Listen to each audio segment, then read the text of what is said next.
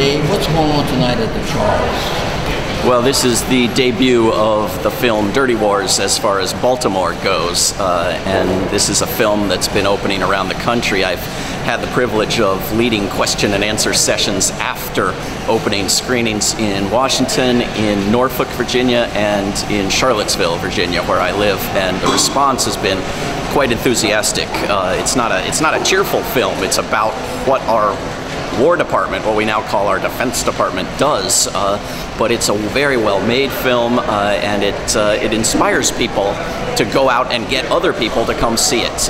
You know, a lot of the people who initially come see this film knew a little bit, or in some cases a lot, but they know neighbors and friends who know very, very little about what's happening, and so it's a very, very useful tool, and I hope it continues to spread.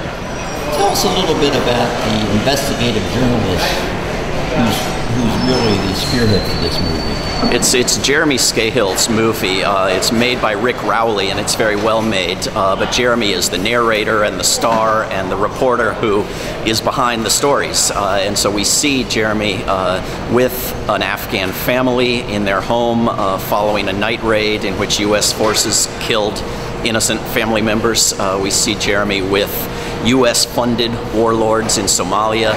We see him in Yemen speaking with the family members of missile strike victims, drone victims, including the father of Anwar al-Awlaki and his son, this man's grandson, both of whom were killed. And the grandfather had a case in court last week in D.C. asking the United States government to justify killing his son and his grandson. And we see the story of this Yemeni reporter. His name is Abdullah Haider Shaya, who just on Tuesday was finally released from prison. And it's very possible that the news made around that story by this film contributed.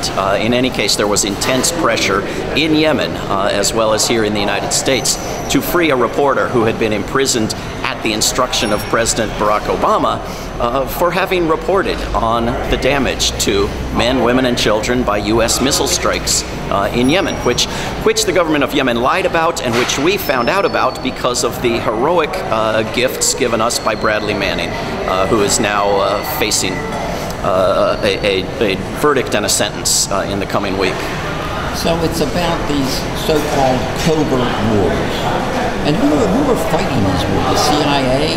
Who's doing this stuff? Black. Well, it's about the CIA, and it's about the Joint Special Operations Command, or JSOC, which plays a very big role in the film, and which Jeremy speaks about almost as a new discovery. I think he had in fact heard something about JSOC before. Some of us had heard glimmers, but JSOC came to public prominence with the killing of Osama bin Laden, but got on the radar screen of journalists, including Jeremy Scahill, following their work in Afghanistan and in Iraq as a death squad, as killers, as assassins and torturers and imprisonment officials working for the U.S. government, but as you say, somewhat secretively, somewhat covertly, somewhat scandalously. But much of what was secretive and scandalous under the Bush administration is open public policy under the Obama administration, and it's now quote-unquote legal, even if unconstitutional, to lock people up with no charge forever, to spy on people without warrant or probable cause, to torture, to abuse, and to kill. And that includes to kill U.S. citizens. And so the first killing of a U.S. citizen by drone strike, the case of Anwar al-Awlaki, and then of his son, plays a big role in the film. What effect, if any, is the movie having on the general public here? Is it being well received as you see? Well, the movie and the book, which goes into much more detail on some of the stories than the movie does, but without the visceral impact of the victims of our wars, which really has to be seen, are both reaching far and away more people than most anti-war material reaches. Film or YouTube or book or article, usually the audience is quite limited, and this film has reached hugely larger numbers than any other anti-war documentary of its sort. That being said, it's nowhere in comparison to the movies that are glorifying war, the movies that are glorifying violence, the stupid cartoons, the gun movies and gambling movies. It's nowhere close, and I wish it were. I wish it would really become a mainstream phenomenon, but it's reached many people, and it's done very well in dozens of cities, largely by word of mouth, by the power of people coming and seeing it and then going and telling their friends they have to see it, even if it's unpleasant, even if it's not cheerful, even if it doesn't have a happy ending.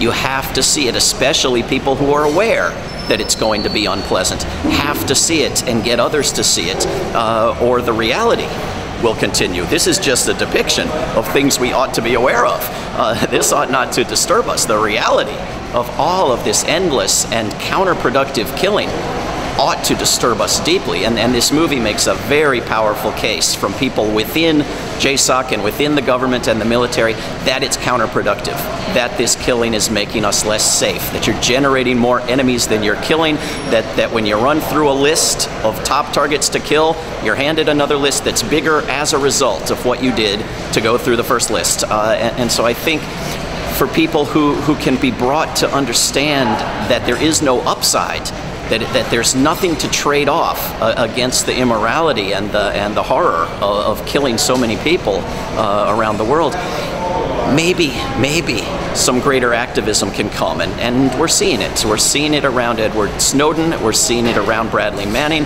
We're seeing it around the pressure that stories in on the wire services yesterday were saying has resulted in the greatly diminished use of drone strikes this summer compared to months gone by in Pakistan. Virtually no drone strikes, and the CIA claiming to be going along with abandoning the policy of signature strikes, of killing people based on behavior without knowing their identity at all, as a result of public pressure. But we don't want temporary reductions in the killing. We want an end. We want to ban weaponized drones. We want to ban covert wars. We want to ban non-covert wars, and I think a movie like this can help move a lot of people in that direction. Now, they were in Baltimore at the Charles Theater. Where else is this movie going to be appearing? Do you know? Is there a schedule somewhere? Well, if you go to dirtywars.org, you can see everywhere it's playing and everywhere it's expected to play. It's incredibly unpredictable.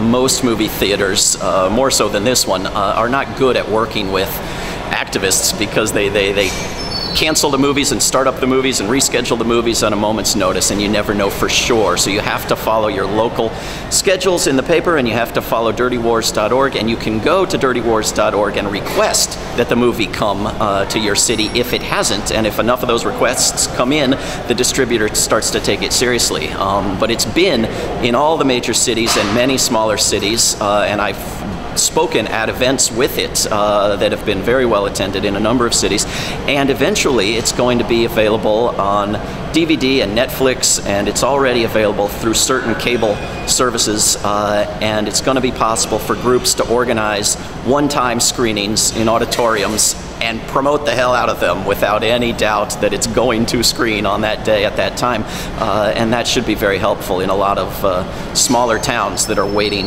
to see the movie. And again, the name of the movie is? It's Dirty Wars, and the website is dirtywars.org. Anything else, Dave? Thank you. Thank you for filming this and everything else you film. Okay, Dave, you're welcome. Good luck. Thank you.